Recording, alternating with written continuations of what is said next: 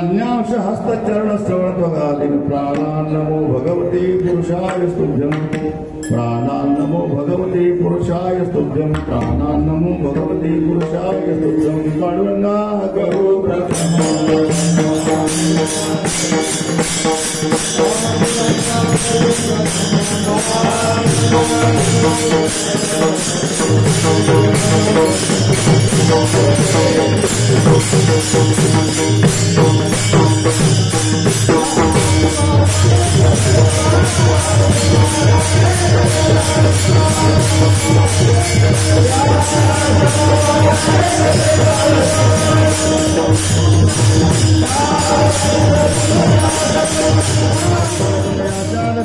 नमो सद्गुरु सच्चिदानंद रूपा नमो सद्गुरु भक्त कल्याण मूर्ती नमो सद्गुरु भास्करा पूर्ण कीर्ती वर्णानामत संगानाम रसानाम छंदसामपि मंगलानां च कर्तारो वंदे वाणी विनायको भवानी शंकरो वंदे श्रद्धा विश्वास रूपिणो याभ्यामिनाम पश्यन्ति सीता स्वांत समीचुरम श्री गुरु चरण सरोज रज निजमना मुकुरो सुधारी वर्णव रघुबर विमल जसो जो दायक फलचारी बुद्धिहीन तनु जानिके सुमिरो पवन कुमार बल बुद्धि विद्या देहु मोहि हरो कलेश विकार हे दुख भंजन मारुति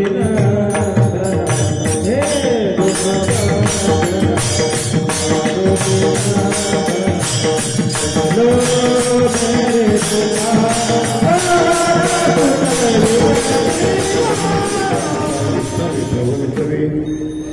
देव से चित्ती त्यागी घडावी संगती ऐसे आवडते मना देवा पूर्वावी वासना प्रभू कृपेने साधू संतांच्या आशीर्वादाने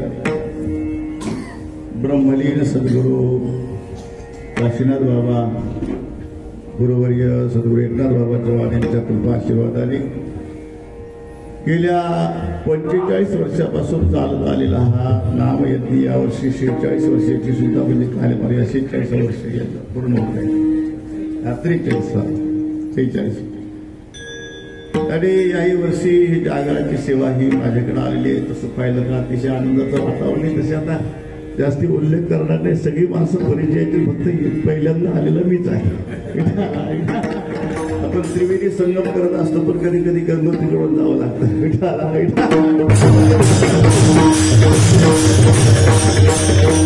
एका बंधापासून सुरुवात एका थेंबापासून गंगोत्री यमुनेत्री पण तिथेही जावं लागतं. माझं भाग्य चांगलं आहे की मला इथे येत आलं.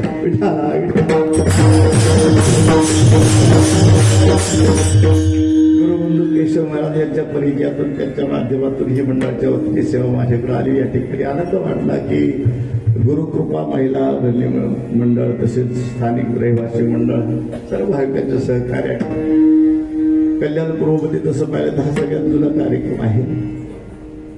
सगळी ज्येष्ठ श्रेष्ठ मंडळी आता सगळ्याचा नाव उल्लेख करत नाही. आता माझ्या इथं 2 अण्णा ज्याला एक खायचं अण्णा आणि आबा नाही का. इकडे आबा आहे तिकडे अण्णा आहे. सर आबा इकडे जोशी अण्णा आहे. आणि म्हणून बऱ्याच दिवसांनी गाठी बिटी पहिल्यांदा बऱ्याच दिवसांचा योग आहे. चला आपल्या मुद्द्याकडे उशीर झालेला आहे.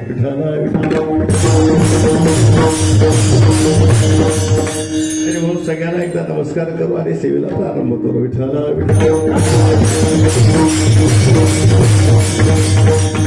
जागरणाचा दिवस म्हटलं की विशेषत्वाने जागरणामध्ये मागणी किंवा प्रार्थना करणारे अभंग प्रारंभ नावाने संत महात्मे अनेक प्रकारचे उपदेश अनेक प्रकारचे विषय पाहता पाहता शेवटी जागराच्या दिवशी मागणी करावी आणि पूजा पूर्तत आहे. काल्याच्या सेवेच्या माध्यमातून अभंग जगद्गुरु भगवानाचं मागणी करणार आहे.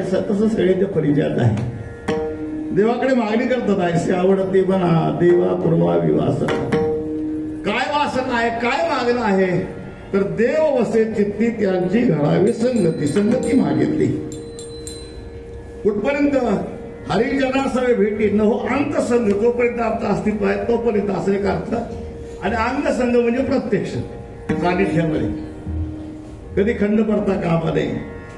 कशासाठी मागतं तर संतांच्या सहवासात राहणं हे जगणं अतिशय भलं जगणं आहे. तुका भलेची भले संत संगष्टने अभंगाचा सरळ असा अर्थ आपल्या पुढे मांडला.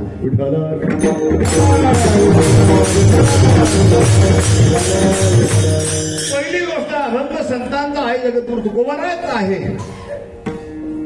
आणि या अभंगामध्ये प्रार्थना असेल याचना असेल मागणी असेल. खरोखर हा अभंग महाराजांचाच आहे का. मागणं ही लाचारी आहे. आणि मागणाराचं जीवन हे धिक्कार असो. धिक्कार करणार हे दुसरी गोष्ट गरज आहे का त्याला. जगद्गुरु तुकोबारांना मागायची गरज आहे का. तुझे पायी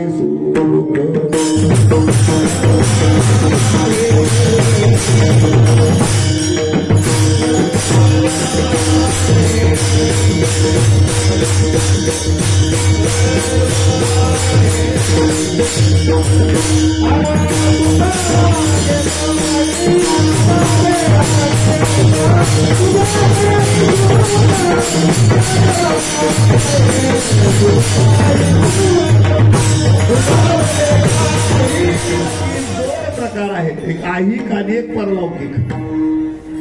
वाढावे संतान गृही व्हावे धरदाने या अपेक्षा ऐहिकातलं मागणं आहे. आणि पारलौकिक मोक्षाच्या संबंधाने मुनिमुक्त झाले भेदे गर्भवासा. महाराज म्हणतात मला ऐहिक पण मागायचं नाही आणि पारलौकिक पण मागायचं नाही. मोक्ष आम्हा घरी कावारी देणार. मोक्ष सुखा हानूल आता अपेक्षा शिल्लकच राहिलेली आहे. जरच शिल्लक राहिलेली आहे. सर्व सुखाची प्राप्ती झाली. सगळं जर समजा हे महाराजच म्हणत असतील बरं मागणं हे लाजिरवान आहे. आणि माझ्या बापाने मला शिकवलं नाही. वडिलांची रीत फार मोठं वाक्य बरं का महाराजांचं. आपण सर बोलतो होता आमच्या खानदानी नाही विठाला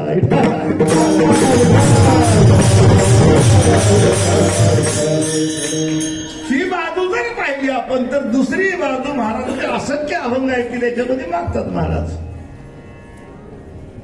नेमका आपला एक भ्रम तयार होतो, मनामध्ये थोडासा गोंधळ होतो. खरोखर म्हणजे ते मागतात की न मागतात हे त्यांचंच म्हणणं आहे की इतरांचं काय कारण असेल अशी काही चिंता उत्पन्न होते. या ठिकाणी चिंता उत्पन्न होते आणि त्याचं थोडंसं आपल्याला चिंतन करायचं आहे. पहिली गोष्ट अभंग महाराजांचाच आहे आणि याचना महाराजांनीच केलेली आहे.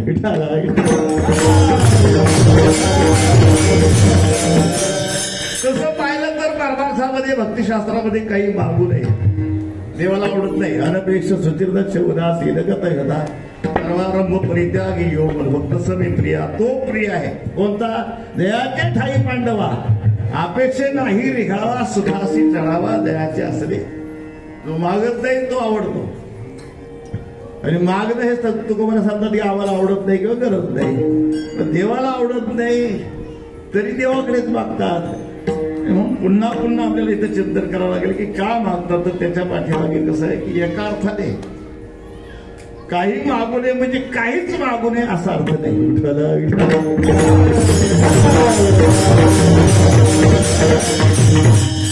काही मागू नये काहीही मागू नये असं नाही बरं का. कधीतरी काही गोष्टी मागाव्यात लागतात. परमार्थामध्ये भक्तिशास्त्रामध्ये मागितल्याशिवाय सिद्धता नाही.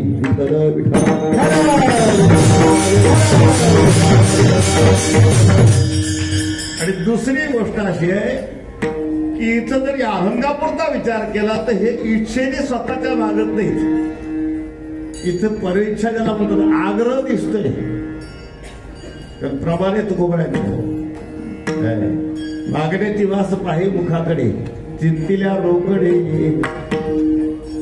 एखादा अधिकारी भक्त किंवा संत जर समोर आले तर भगवंताला थोडंसं म्हणजे कारण भगवंत हा ऋणी आहे. भक्त ऋणी देव बोलती ऋण फेडावय अवतार केला विनाशाला आकाराशी. देव ऋण फेडण्यासाठी कारण देवावरती भक्तांचे ऋण आहेत. कामनीच्या त्यागे भजनाचा लाभ झाला पद्मनाभ सेवा ऋणी. आणि जगद्गुरु तुकोबांचं पाहिलं तर केवळ त्यांचेच नाही त्यांच्या पूर्वजांचे सुद्धा. माझ्या वडिलांची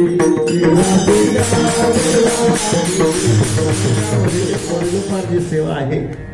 देव ऋणी आहे आणि देवाचा स्वभाव देव पहिल्यांदा घेत असतो. नामदेवाला सांगतात देवाचा स्वभाव घेशी देवा देशी आयसा असं उदार काय देवा रोधू तुमचे कृपणाचे द्वार. भगवंत पहिल्यांदा घेत असतो. घेतल्याशिवाय काही देत नाही असं म्हणणं आहे. पण ज्याचा घेतो त्याला दिल्याशिवाय राहत हा त्याचा स्वभाव आहे. आणि म्हणून ज्या ज्या वेळेला असेल कधी योग आला अनेक भक्तांचा योग जास्ती विस्तार करणारे उशीर झालेला आहे.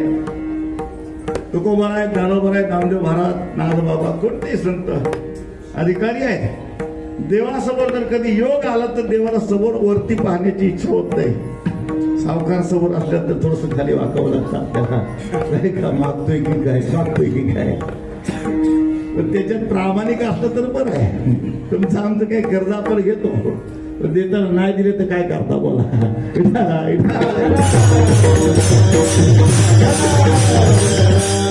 तुमचं आमचं तसं नाही. आपण कधी कधी घेऊन सुद्धा बेईमानी करतो पण देवाचं तसं नाही. देवाने घेतलं तर त्यांना देण्यासाठी प्रामाणिकपणे प्रयत्न करतो. आणि हो भगवंत ज्या ज्या वेळेला मागण्याची वास आहे मुखाकडे इच्छा आहे काहीतरी मागा काहीतरी मागा काहीतरी मागा अशा संख्या बघा. आणि मला जर असं मोकळं करा कारण तुमच्या समोर उभं राहायची मला थोडीशी भीती वाटते, लाजीरवाणी आहे. आता कसं आहे की ज्या ज्या वेळेला देवाने आग्रह केला त्या त्यावेळेला प्रमाण आले, तुझे पाय सुख सर्व आहे तुका म्हणे काही न मागू. आणि देवा मागण्यासाठी सेवा केली नाही, मागायची गरज नाही आणि मागायची इच्छा सुद्धा नाही. पण एखादा प्रसंग असा येतो की आग्रह खूप होत असतो. थोडं व्यवहार सांगतो. सध्या लग्न सराई आहे, दिवसाला 4-5 लग्न समारंभ असावे, आपल्याला सगळीकडे जायचं आहे.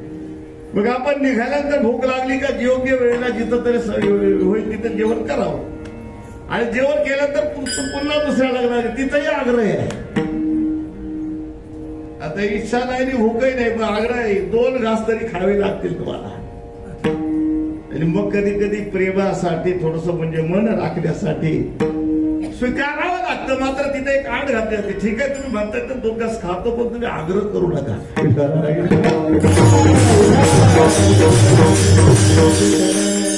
अशा तऱ्हेच्या वातावरणामध्ये महाराजांनी हे मागितलं असं असं माझं तर्क आहे.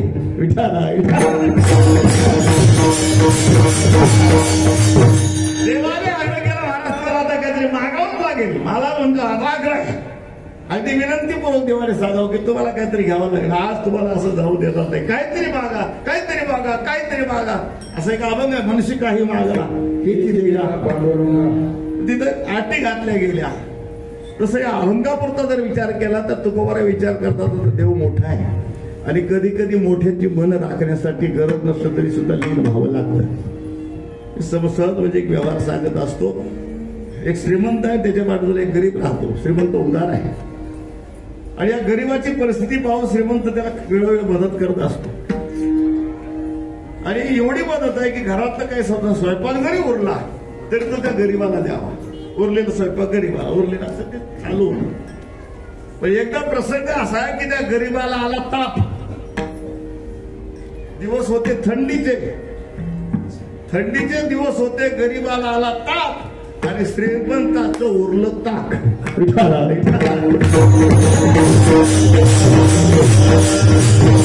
आता मला सांगा, थंडीच्या दिवसामध्ये ताक आणि ते सुद्धा जो आजारी ज्याला ताप आलेला आहे त्याला ताक गरजेचं आहे का? पण परंपरानुसार संस्कारानुसार जे येतंय जेवून ते मोरीत ओतून द्या, पण नाही म्हणायची हिंमत आहे का?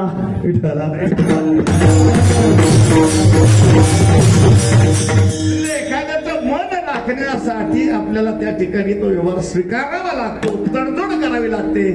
तशी तडजोड या अभंगामध्ये महाराजांनी केलेली असावी. आणि महाराजांनी विचार केला तर देव मागायला लावतो ना, तर ठीक आहे, समजा त्याचं मन राखण्यासाठी आपण देव मोठा आहे. पण मागत असताना जे मागावं, कारण शास्त्राने श्रेयस मागणं, प्रेस मागणं अशी मोठी माहिती मागताना काय मागावं, कुणाकडे मागावं, एक मोठा विचार तिथं मांडला जातो. पण आपल्याला तो वेळ वाचवायचा आहे. ज्याच्याकडे मागतो तो देऊ शकतो का, त्याची पात्रता आहे का? बरं, तो देतो तर आपला मागण्याचा अधिकार आहे का? त्याने दिलं ते आपल्या उपयोगाचं आहे का? अशा बऱ्याच गोष्टीचा विचार करावा लागतो. विठ्ठला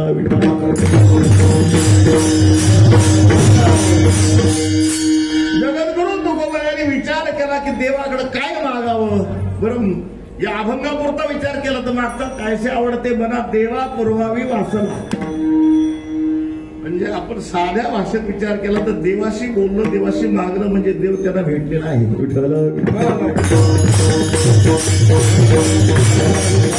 काय त्या उरले वेगळे आधी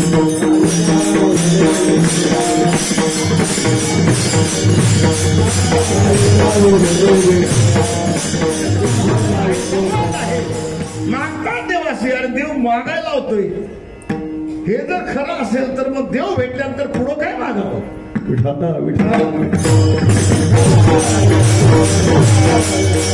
पुन्हा मागायचा भाग गेला असती तर गेला, अवघा झाला. आता काय असेल काय? महाराजांनी विचार असा केला, ठीक आहे देवाकडे मागायचं पण देवाच्या डावात अडकायचं नाही. खेळ खेळे परी डाईन सापडे तो एक खेळ्या शहाणारे. देवाचं ओरमत तुम्हाला ठाऊक आहे. तुका म्हणे त्याचे कळे देव काय करतो, मागायला लावतो आणि डावात अडकवतो. अनेकांना मागायला लावलं, संधी दिली, त्यांची लॉटे भरासाठी दिलं आणि ज्याला दिलं त्याला सांगितलं इथं थांबायचं नाही, गेट आउट.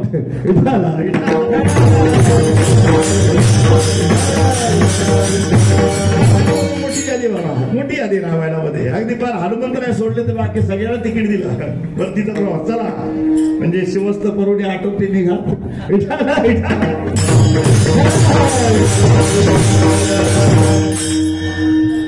देवाच्या गावात आपण अडकायचं नाही, पण जे मागायचं ते दुर्लभ असावं. जे सहज प्राप्त होतं ते कशाला मागावं. मागणी करत असताना अशी दुर्मिळ वस्तू मागावी की जी कोण प्राप्त होत नाही, किंवा ज्याच्याकडे मागावी त्याच्याशिवाय मिळूच नाही.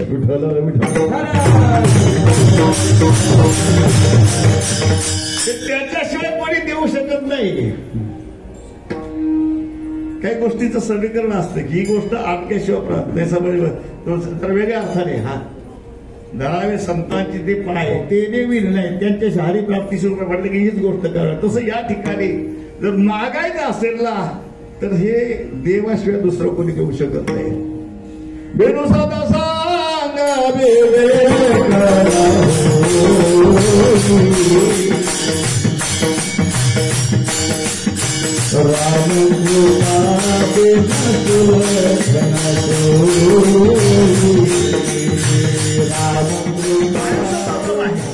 इनाम क्षणभंगुराव आयुष्य दुर्लभ आहे. ज्या ती भगवंताशी बोलता येत असतात आतापर्यंत आयुष्य वाढवून मागायचा गोष्ट येत नाही. आयुष्याचा संबंध गरज नाही. गरज आहे कशाची.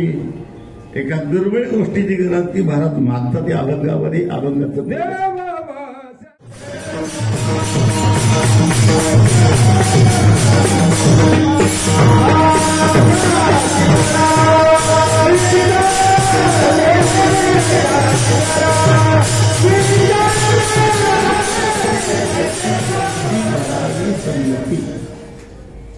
महाराजांच्या दृष्टिकोनातून ही गोष्ट दुर्लभ आहे.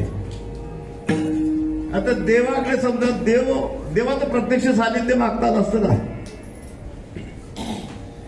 मला जरा ठाऊक आहे की देव मागायचे किंवा जोडायची गरज नाही. देव सर्वत्र आहे. सर्वाघटी राम देहादेही एक विष्णुमय जग वैष्णवांचा धर्म संपूर्ण पाहून घ्या. पण देवाकडे जर मागायचं असेल तर उणीव कशाची आहे. या जगतामध्ये दुर्लभ काय आहे तर दुर्लभ आहे चित्तातला परमार्थ. विठ्ठल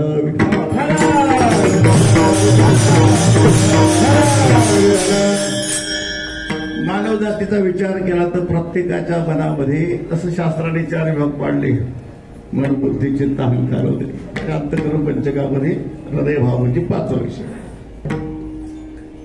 गंमत अशी आहे की चित्तामध्ये विचार जर केला तर चित्त कधी मोकळं नसतं. कोणाचंच मोकळं नसतं का.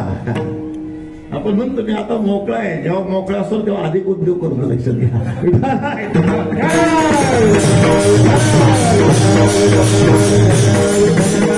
सहज आठवलं चंद्रकांत नावाच्या ग्रंथामध्ये सुंदर एक दृष्टांत आलेला एक पतिव्रता आहे. आणि ती पतिव्रता एवढी पुण्यवान आहे, एवढं तिचं सत्व एवढं बळ आहे पतिव्रता धर्माचं की ती जर पूर्वीच्या काळी स्नानाला लोक नदीवर जायचे, स्त्रिया पण जायचे, घाट वेगळा असायचा वगैरे. ते स्नान करून तुळशीला पाणी घालायला आपल्या वस्त्रामध्ये पदर म्हणतात ना, पदरामध्ये पाणी आणायची एवढी तिची शक्ती होती, एवढं सत्व तिच्याकडे होतं. पण काही दिवसाने काय गंडकोण झाली, ते पाणी थांबायला तयार. ती विचार करते. मी विचार नाही केला, मनामध्ये काही परमेश्वराचा विचार नाही, काय नाही. माझ्या आचार विचार जे काही साधारण ते चालू आहे. माझं पुण्य संपलं कशाने.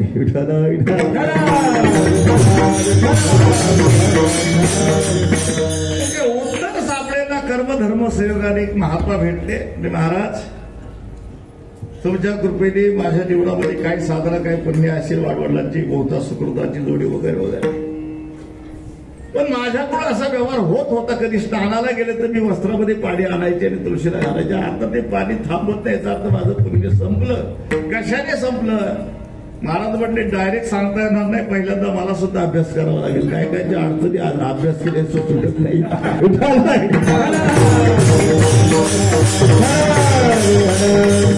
म्हणून सिंगळ बाबाकडे गर्दी असते बरं का. त्या इगतपुरीच्या पूर्वेला हायवेला बाबा दरबार गुरुवारी रेड गाडीवाल्याचा धंदा चांगला होतो बरं का. कसाला उतरलं की गाडी मिळत नाही. त्याला सांगायचा मुद्दाही करत नाही. त्याला आपल्या मुद्द्याकडे अभ्यास करावा लागेल.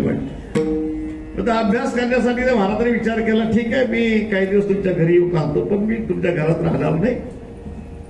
आणि म्हणून घरासमोर अशी जागा होती आपली, एखादी असते व्यवस्था, त्या ठिकाणी राहिले. म्हणजे मला काय लागेल ते मागून दे, पण मी तुमचा थोडासा अभ्यास करेन, तुमची समस्या काय आहे, पुण्य का संपलं. आणि म्हणून ते महाराज काही दिवस राहिले. आणि मग त्यांच्या लक्षात आलं ही बाई सकाळी उठल्यापासून काय काय करते, हिचा दिनक्रम काय, चर्या काय, सगळं अभ्यास करते. आणि मग त्यांच्या लक्षात आलं काहीतरी गडबड दुपारच्या वेळेत आहे. बोलावलं तिला, बाई सकाळी उठल्यापासून काय काय करतो, म्हणजे मग स्नान सडा सबार्जन वगैरे जे जे काही अगदी रात्रीपर्यंत. दुपारचं नाही, दुपारची मोकळीच असते. महाराज म्हटले दुपारचीच काहीतरी गडबड आहे, वर मग सापडते.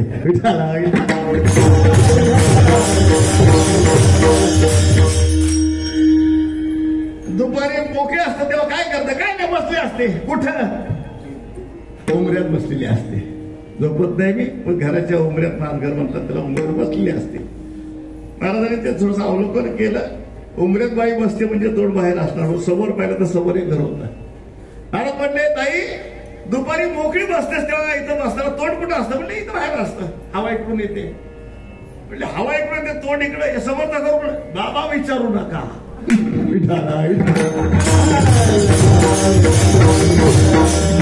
तुमच्यासारख्या साधू पुरुषाने विचारू नये, आमच्यासारख्याने सांगू नये. जाऊ द्या विषय. नाही महाराज म्हणले आता सांगत म्हणले नेमकं कोण राहते तिथं. आणि मग तिने चालू केलं, म्हणजे ती पाहिजे बेकार आहे, ती अमुक आहे, अगदी पार वेशेपर्यंत तिला नेलं तिने. आणि ती होती वेशा. समोरच्या घरात खरोखर ती वेशा राहत होती. तिने तिची खूप निंदा केली. महाराज म्हणले ठीक आहे, तुझ्या समस्येचं म्हणजे उत्तर मला सापडलं. एक काम कर, जाऊन त्या बाईला बोलावून घरी. बोलावले त्या बाईला. त्या बाईला सांगितलं, बाई तुझा स्नान कर आणि वस्त्रामध्ये पाणी घेऊन ये. आता ती वेशा होती. ती गेली, तिने स्नान केलं आणि वस्त्रामध्ये पाणी आणलं. महाराजांसमोर तुळशीला घातलं. मग महाराजांनी सांगितलं, बाई बँकेचा कधी कधी नंबर बदली झाला की या खात्यातले पैसे त्या खात्यात जातात.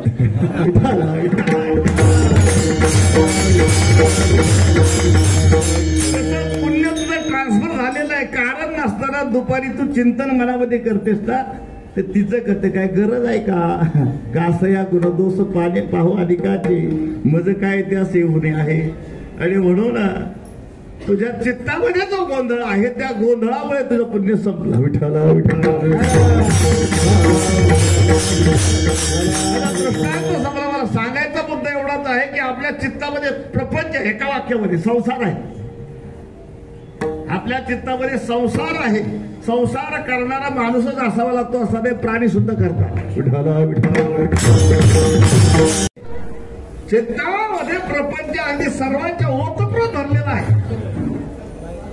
सायास करीसी प्रपंच दिननिसी, नाही का? प्रपंच सायास करणारे भरपूर आहेत, पण चित्तामध्ये देव असणारा या विश्वामध्ये जसं माऊली म्हणतात आस्तेच्या महापुरी. परमार्थ करायची नुसती इच्छा ज्या नाही त्या अशा कोटीमध्ये एखादा सापडत नाही. आस्तेच्या महापुरी तरी गतांती कोटीवरी पुरी प्राप्तीच्या पहिलं तरी पाहिला नाही. कोट्यावधी लोकांमध्ये सुद्धा एक असा सापडत नाही की ज्याच्या चित्तामध्ये देव आहे.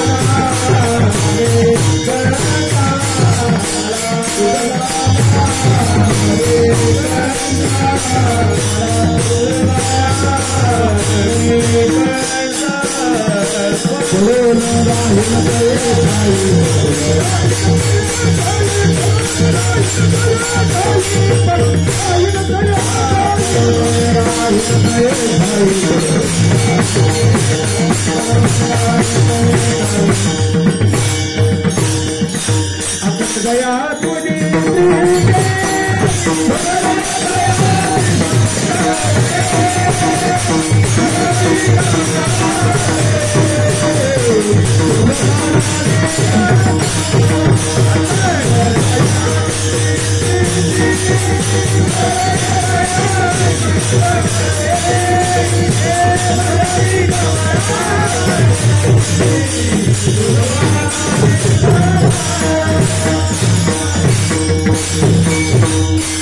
अजून दुसऱ्या अर्थाने माझे जातीचे मज भेटो कोणी.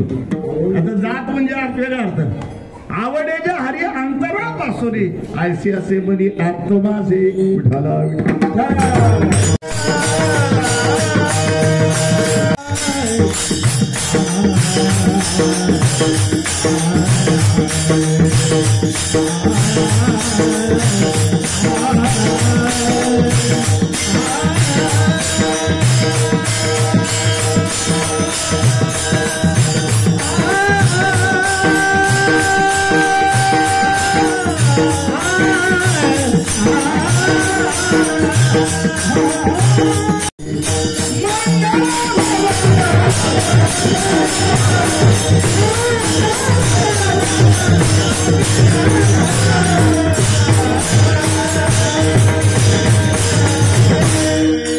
गोस्वामी तुलसीदासजी वर्णन करतात की हनुमंताला लंकेत गेले. तर कथा मोठी आहे.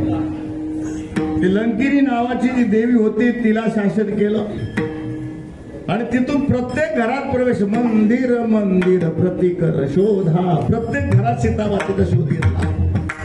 असं शोध घेता घेता गयो दसानन मंदिर माही. दसानन म्हणजे रावणाच्या महालात गेले आणि अगोदरचं वर्णन आहे देखे जहत अगणित योद्धा. रावणाच्या लंकेमध्ये युद्ध करणारे युद्धे.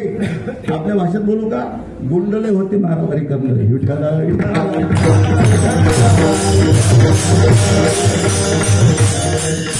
सापडत नव्हता. देखे जहत अगणित योद्धा. पण रावणाच्या महालात गेले आणि गोस्वामी तुलसीदासांनी वर्णन थांबवलं. गयो दसानन मंदिर नाही. अति विचित्र शब्द कसा आहे बा.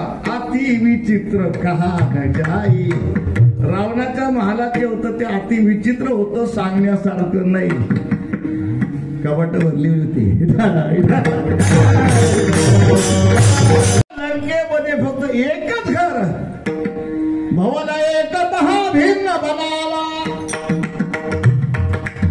हरिमंदिर अति रंग सुहावा. एकच घर आहे. बरं गंमत कशी रचना कशी बघा. अगोदरच्या प्रत्येक घराला मंदिर म्हटलंय. मंदिर मंदिर प्रतिकर शोधा. बाहेरला पाहिलं तर मंदिर वाटते पण आतमध्ये विचित्र आहे. आता एक भवन आहे. भवन एकतः भिन्न बनावा. एक घर आहे वेगळं आहे. अरे काय खरं तसं पाहिलं तर महालापेक्षा झोपडी बरी. विठाला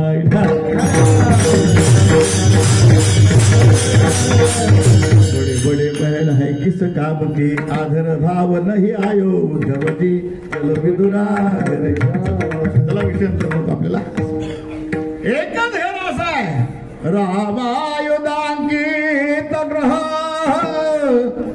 शोभा परदीन जाई. नव तुलसी का वृंदतः हर्ष कपीर रघुराई. सियावर रामचंद्र की हनुमान की उमापति महादेव की.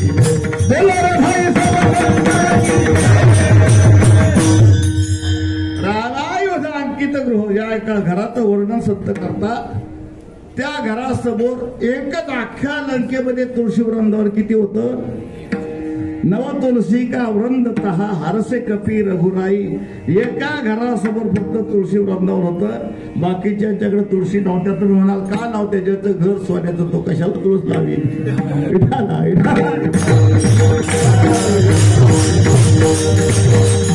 काय वाटलं रावण काय वेडा होता का? रावणाने हनुमंतराला पण सांगितलं होतं माझ्या पक्षातील आमदार घेऊन 2-4.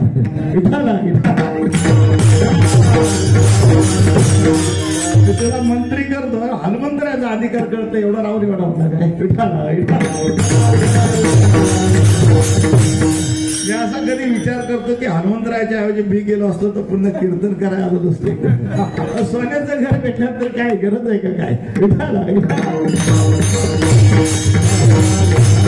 बिभीषणामध्ये घर होतं, बिभीषणाचं एकच घर आहे शेवटच्या टोकाला, आणि म्हणून त्या घरामध्ये बिभीषणाच्या आणि हनुमंतराचा संवाद आहे. आता वेषांतर केलं होतं हनुमंतराने, आणि हनुमंतराय ज्याला प्रवेश करतात ते संभाषण त्याच्यामध्ये विचारतात. हनुमंतराय लंका निकर निशीचर वासा, अख्या लंकेमध्ये फक्त राक्षस किंवा दुर्जनच राहतात.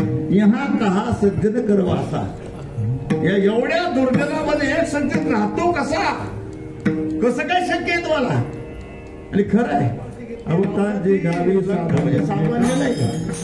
सुवर्णाची नगरी समुद्राचा वेढा आणि समुदाय गाळा राक्षसाचा. एक तर समुद्रातून पोहून तरी आला पाहिजे किंवा आकाशमार्गे तिसरा रस्ता. एवढ्या लांबून 200 योजना इथं पार करून एवढा बंदोबस्त भेदून अख्ख्या लंकेत फिरता फिरता माझ्या घरापर्यंत आलात म्हणजे तुम्ही सामान्य नाही. तर माझं नशीब चांगलं असेल की माझा उद्धार करायला देव आलाय तुमच्या रूपाने, किंवा तुम्ही कोणतरी अलौकिक आहात. कोण आहात तुम्ही? हनुमंतराने सांगितलं तसं काही भ्रमात राहू नका, मी चांगल्या म्हणजे एवढा मोठा नाही. एक वाक्य तरी वापरलंय, प्रातले जो नाम हमारा साधिस काही न मिले आहारा. मी अशा जातीतला आहे की सकाळी उठून माझ्या जातीचं नाव घेतलं ना तर ज्या नाव घेणारा त्या दिवशी एकादशी धरावी लागते, कुठली तिथी असते तरी अन्न मिळत नाही खायला. अशा म्हणून नाव घेऊन येते वाकडाचे असं प्रमाणे म्हणायचं. विठ्ठला विठ्ठला. मला सांगायचा मुद्दा हा जो संवाद आहे ना, याच्यात आपल्याला घ्यायचं एक आहे की अख्ख्या लंकेमध्ये सज्जन किती सापडले? काय होतं तिथं? तिथं एकच होतं, देव बसेचे एक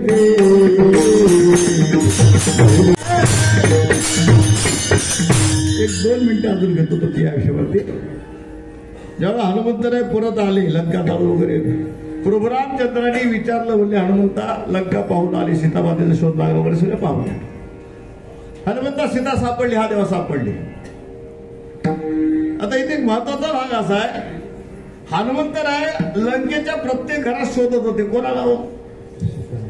कोणाला शोधत होते? सीतामातेला. बरोबर आहे ना? याचा अर्थ त्याला अगोदर ठाऊक नव्हती कुठं आहे ते. बरोबर बरोबर बोलतो मी. संपाती नावाचा हा जो जटायूचा भाऊ, बरोबर आहे, त्याचे पंख जळाले होते. मोठी कथा आहे. अरुण, जटायू, संपाती ती कथा. गृधराज म्हणजे गिधाच्या जातीतले, आणि तो समुद्राच्या काठावरती त्याला भेटला. मोठी कथा, हेमा नावाची योगिनी. त्याच्यानंतर ती कथा मोठी, मला वेळ नाही बाहेर. आणि त्या संपातीला यांनी विचारलं की महाराज तुम्हाला खूप लांबचं दिसतं. कीर्तनकार महाराज लोकांचं वाक्य आहे, माणसापेक्षा गिधाड बरी. का? गिधाडाला एवढ्या लांबचं दिसतं, माणसाला घराशेजारचा सत्ता दिसत नाही.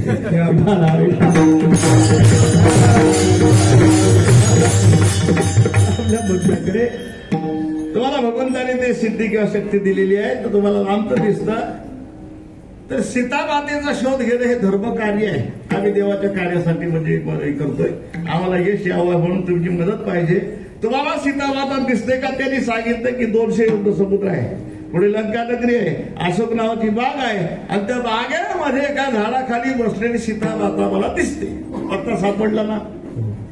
मग पत्ता ठाऊक आहे तर हा बाबा एवढ्या लांबून जाऊन अख्ख्या लंकेच्या घरात म्हणजे घराघरात फिरून रिक्षाचं मीटर का वाढवतो?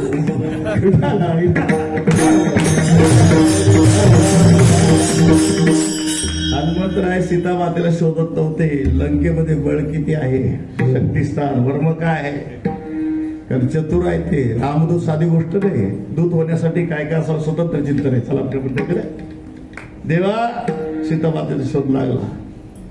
मग ठीक आहे, काय मत आहे? म्हणजे देवा युद्ध केल्याशिवाय रावण सीतामातेला येणार नाही, युद्ध करावं लागेल. मग युद्ध करायचं असेल तर मग शेवटी शत्रू पक्षाचं बळ काय हे कळलं पाहिजे ना. रावण किती बलवान आहे? हनुमंतरायाने सांगितलं, देवा एक तर तो खूप बलवान पण आहे आणि दुसऱ्या अर्थाने अतिशय दुबळा पण आहे. काय करावं लागेल, काय करावं लागेल, एकच करावं लागेल. त्याच्या राज्यामध्ये एक असा आहे, आपल्या भाषेत बोलतो, एक आमदार आहे, तेवढा फोडला की सरकार आपलंच.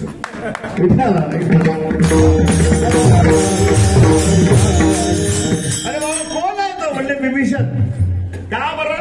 म्हणले देवा तुम्ही कोणालाही मारू शकता, पण भक्ताच्या पुढे तुमचं काय चालतं का? भक्ताच्या पुढे तुमचं काही चालत नाही. तुम्ही भक्ताच्या आधी, तुम्ही सांगता मी भक्ताच्या आधी नाही.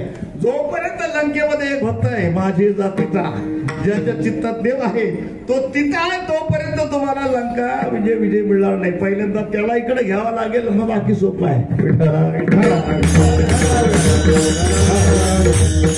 आपल्या मुद्द्याकडे आपण पाहतो की हिरण्यकशिपूच्या राज्यामध्ये एक का होईना मग सज्जन होता. रावणाच्या राज्यामध्ये एक का होईना पण सज्जन होतं. चित्तामध्ये परमार्थ नाही अशी माणसं आजही आहेत की ज्यांच्या चित्तात देव आहे. माफ करा माझा अधिकार नाही. आता सिंहस्थ पर्वणी आहे, 40 कोटीचा आकडा सांगतात. 40 कोटी लोक आले किंवा अजून काही येतात. आता तिथे जाणं योग्य का अयोग्य हे मी सांगणार नाही, ज्याचं त्यांनी ठरवायचंय. गर्दी आहे, माणसं वगैरे सगळं. पण सिंहस्थ पर्वणी संत तुकोबरायांचं मत काय? विठाला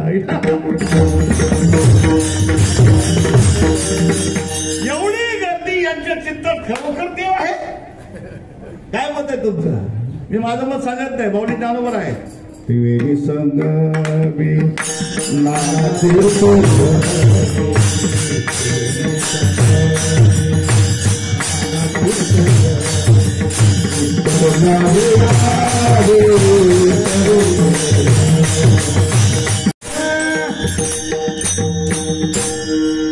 थोडीशी माझी खोड आहे, स्वतःची खोड सांगायला हरकत नाही. मला मध्ये मध्ये यांच्याकडून थोडंसं प्रमाण ऐकायचं असतं बरं का, कारण यांचा स्वर आपल्यापेक्षा चांगला आहे. जरा म्हणू लागा. तसं पाहिलं तर मगाशी बरं वाटलं, कारण गुरु कृपा माहिती. त्रिवेणी संगमी नाना तीर्थ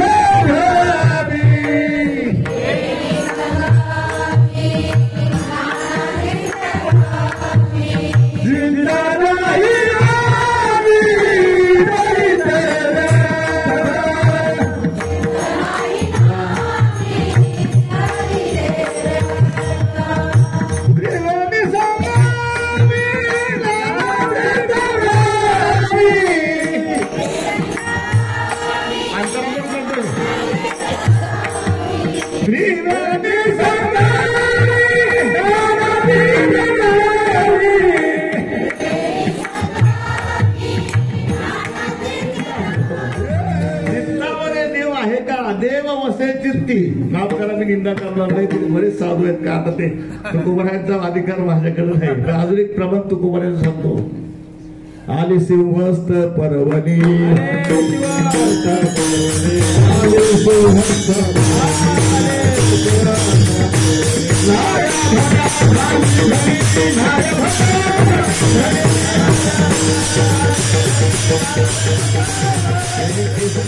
त्यांनी म्हणतो होऊन पिंडदान करायचं. दोघांचा धंदा जोरात चाललाय. बाकी चित्तात देव नाही, माझं मत नाही. तुकोबराने विचारत आपल्या बुद्धाकडे संगती काय मागतात तुकोबरांना ठाऊक आहे की संसार प्रत्येकाच्या चित्तात आहे. हो तो पण भरलेला आहे, पण चित्तात परमार्थ आपण दिसतो परमार्थामध्ये, पण तसं पाय वरी योग्यांचे मानस येऊ म्हणून काय पाहिलं. योग्य जरी असले तरी त्यांच्याही चित्तामध्ये देव सापडेल्याची खात्री नाही. बरीचशी प्रमाण आहे. बरंच बरोबर. रामायणामध्ये थोडासा आधुनिक अनुभव सांगतो, आटोपता घेतो. आज काय पूर्ण अभंग आपण जाऊ शकत नाही. ठीक आहे, पहिल्या चरणामध्ये थांबलं तर ठीक आहे.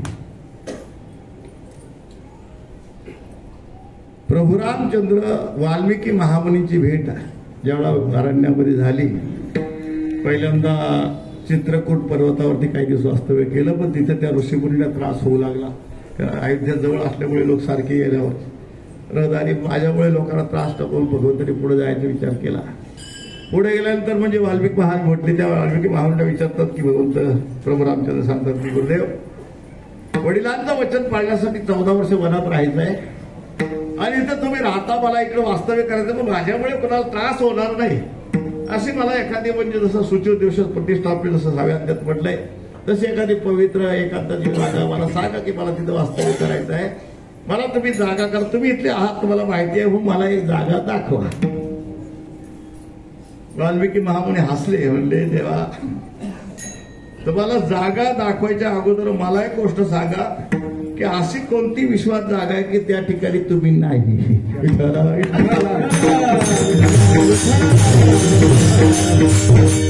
ज्या जागेमध्ये तुम्ही नसाल तिथं मी सांगत नाही इथं राहतो मी, पण जिथं मी बोट दाखवतो तिथं तुम्ही आहे ना. विठ्ठल जळीस्थळी भरला मला अवघड आहे की तुम्हाला जागा दाखवताना जिथं तुम्ही आहात तिथे इथं राहा म्हणण्याचा अर्थ काय उरतो का. पहिल्यांदा तुम्ही मला सांगा की तुम्ही कुठं नाहीत. अर्थात तो मोठा अधिकार लेवल संवाद आहे. आणि मग त्याच्यामध्ये वाल्मिकी महामुनींनी जे भाग सांगितले त्याच्यामध्ये महात्म्यांनी 14 ठिकाणं सांगितली. 14 भोध म्हणतो ना, हे 14 भोध तिथं गर्भित अर्थ असा आहे, जिनं केसवन समुद्र समाना, ज्याचे कान समुद्रासारखे आहेत. किती पूर आला, किती पाऊस पडला, नद्या ओतप्रोत भरून आल्या, समुद्र कधी भरत नाही. तो म्हणतो अजून येऊ द्या, तो कधी तृप्तच होत नाही. जसे भगवंताची कथा ऐकता ऐकता तो कधी तृप्तच होत नाही, खादलीची खाऊ वाटे. असा तो श्रवण करणारा वाचता आहे ना, त्याच्या चित्तात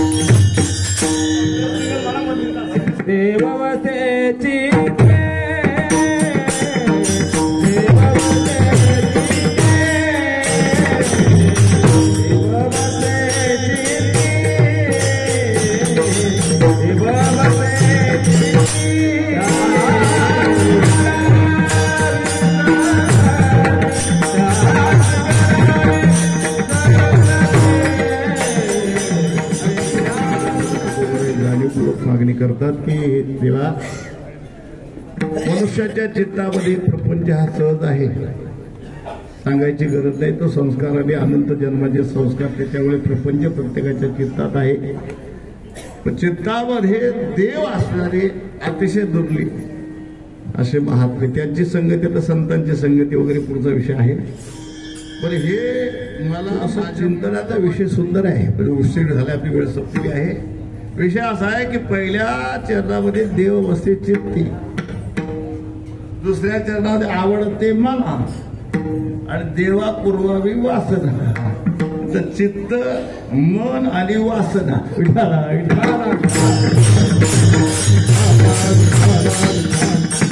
चित्तातलं चिंतन हे अखंडित होणं अवघड आहे, ते खंडित होऊ शकतं. मनाचे संकल्प विकल्प क्षणामध्ये त्याचा मनाचा विषय सचंचल आहे. वासना शब्दामध्ये अभिप्रेत आहे महाराजांना अंतःकरणाचा भाव. विठ्ठल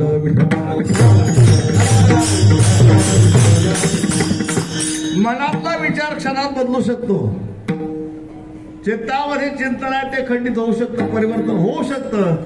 वासना ही अमर आहे, जन्म घेणे लागे वासनेच्या संगी.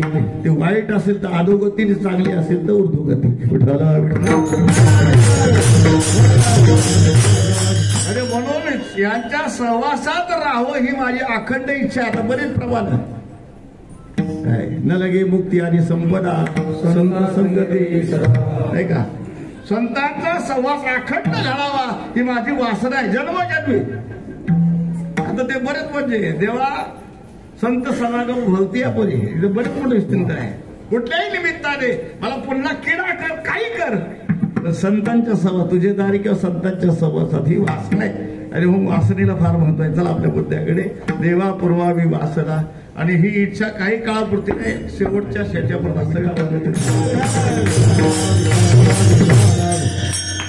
अलीकडे केशी होऊ लागले, अष्टसिद्धी वगैरे होऊन थोडस कीर्तनकाराने सावधपणाने बोलावं बरं का, अवघड आहे. पण हरिजन शब्द हा सध्याच्या याच्यातला अर्थ, त्या काळात हरिजन म्हणजे हरिभक्त, विठ्ठल नाठामध्ये अवघ हरी तसे हरीचे दास. चला आपल्या मुद्द्याकडे हो. हरिजन म्हणजे संत, यांच्या सहवासात राहणं एका अर्थाने अंतसंग, म्हणजे जोपर्यंत आम्ही जन्माला किती वेळा आलो तरी शेवटपर्यंत आम्हाला संघ त्यांचा धावा. अंतसंग तुटी त्यांची ताटातून होता कामा नये. आणि दुसऱ्या अर्थाने अंगसंग तुटी, या जन्मात तरी जोपर्यंत आहे तोपर्यंत त्यांच्या सान्निध्यामध्ये अंगसंग न हो तुटी असा अर्थ घ्या. आणि असं का मागितलं तर अशा तऱ्हेने त्यांच्या सहवासात राहणं हे जगणं म्हणजे भलं जगणं आहे, श्रेष्ठ जगणं आहे. हे अभंगाचं शेवट. जिने भले संत संगष्टने, संतांच्या सहवासात राहणारा जीव कुठल्याही युनिटला असला तरी तो भाग्यवान आहे.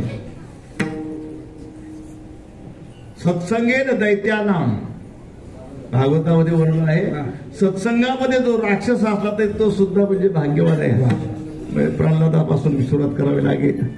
यातो धाका खगो नगा, एखादा पक्षी संतांच्या सहवासात असला तरी तो सुद्धा महत्वाला प्राप्त झालेला आहे. एखादा पशु, आता जास्ती विस्तार नको, बरीचशी मंडळी जुन्नर भागातली आहेत. आळ्याला मंदिर कोणाचं आहे? विठ्ठला.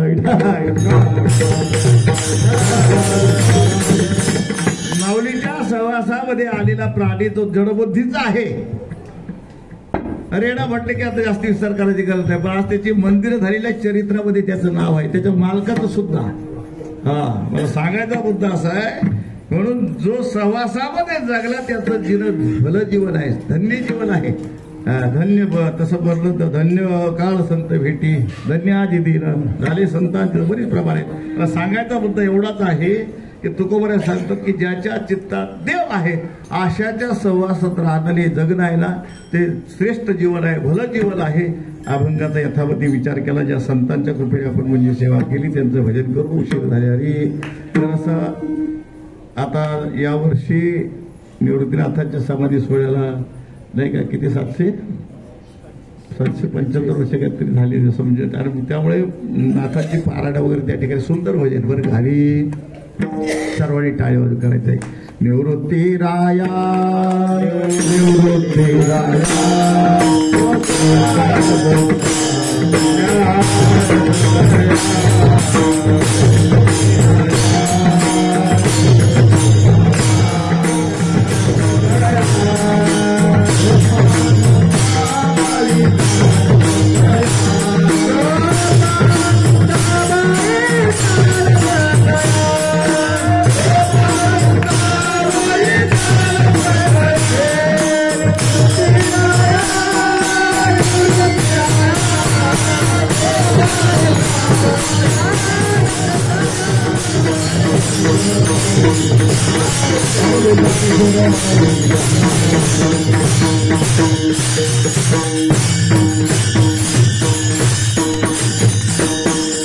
करविले तैसे गेली कटकट वाकोडी कर्णिट देवदाने तरी जीवन ते पुरते अधिक ते सरते करून घ्यावे तब ते विनोद असे झाले. सेवा सद्गुरुनाथांच्या चरणी प्रभूचरणी अर्पण करण्यापूर्वी वेळ संपलेली आहे. जागराचा दिवस आहे तर उशीर झालेली, कारण मुळात थोडासा आपलं चालू पण उशीर झाला होता असं. आणि एवढी चालली 7 असताना कसं आहे की ही आमची गरज आहे. मड म्हटलं की त्याला 4 खांदेकरी लागतात बरं का. आणि तर याच्याशी समजा संवाद नसेल ना तर नाही बाबतीत ना तू यातला तिला आम्ही नाही येत तुझ्या थंड असं होतं. इम्प्रेस करता करता आमचं दुकान पण होईल.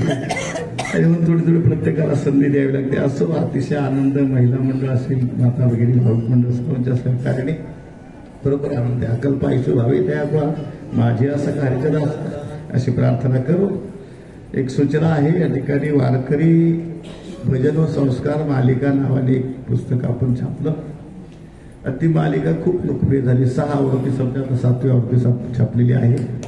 मागच्यापेक्षा 80 पानं वाढली. त्याच्यामध्ये बरेचसे स्तोत्र, आरत्या, अजून बरेचसे अभंग वगैरे वाढवलेले आहेत. 130 रुपये किंमत आहे. ज्यांना हवी असेल त्यांनी भेट 2-3 प्रती आणलेल्या आहेत. आणि उद्यापासून ज्ञानपीठ आपली सप्ताह आहे त्या ठिकाणी सुद्धा ते स्टॉलला असेल, ज्यांना हवी त्यांनी भेटून घेऊ शकता. छोटी खिशात वागायला सुद्धा एक छोटी आहे, तिचं अक्षर जरा लहान आहे. काकडा आणि दोन्ही हरिपाठ आणि नाटाचे अभंग, पण तिचं अक्षर लहान आहे. 50 रुपये किंमत आहे, पण तिला सवलत आहे, 20 रुपयाला ती मिळेल.